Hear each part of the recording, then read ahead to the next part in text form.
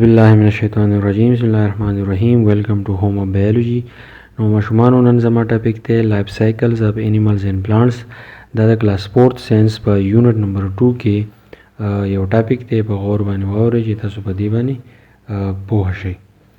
لایف سایکلز اف انیملز اینڈ پلانټس مطلب دا دی چې یو نوې ځناور یا یو نوې بوټی چې دی هغه خپل ژوند چې دی څنګه شروع کوي او د هغې په نتیجه کې یو نوې ځناور او نوې بوټی چې دی هغه څنګه پیدا کیږي. Now you might have seen small fish like animals swimming in standing water. اکثر به تاسو لیدلی چې په ولاړه اوبه کې د مهي په شان یو څیز چې دی په هغې کې ګرځي راګرځي سپیشلی ان رینی سیزن. کله چې باران کېږي نو اوبه چې دی ډنډ کېږي نو په هغه ډنډ کې د مهي په شان یو څیز ګرځي خو هغه به اصل کې مهی نه وي.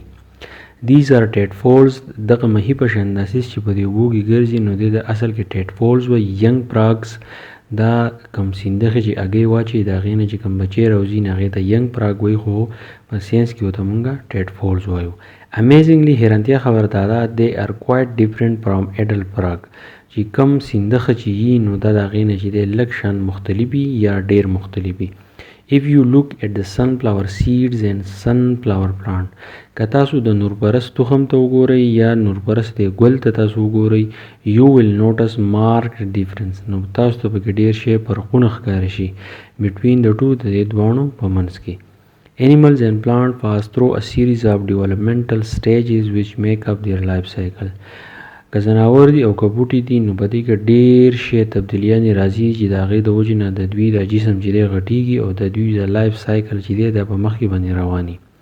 نو اولنی لایف سایکل چې دی هغه د دې مچ دی. تاسو ته وینئ په دې مچ کې اول چې دی مچ ولګي اول چې دی هګۍ واچوي د هګۍ نه بعد چې دی بیا لاروا جوړېږي د لاروا نه بعد چې دی بیا پیپا جوړېږي او د پیپا نه بعد بیا ایډل جوړېږي ایک هګۍ.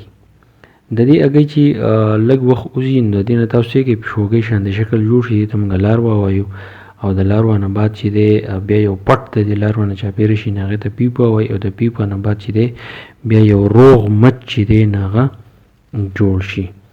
نو دا و لایف سایکلز اف انیملز اینډ پلانټس. امید کوم چې په دې وجې دی تاسو پوه شوي یئ.